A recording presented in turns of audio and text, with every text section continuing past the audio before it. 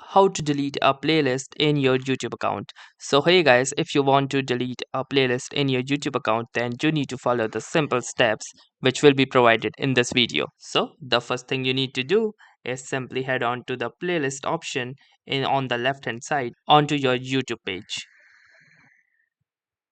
Then once you are inside the playlist page and you can see all of the playlist, so the next thing you need to do is simply choose that particular playlist that you want to delete.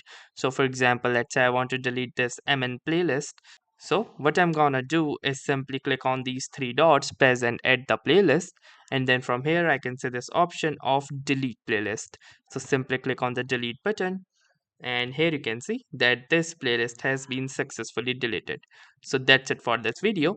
I will see you in the next one. If you like this video, make sure to hit the like button as well, comment on this video, share it, and don't forget to subscribe to our channel. Thank you for watching and have a nice day.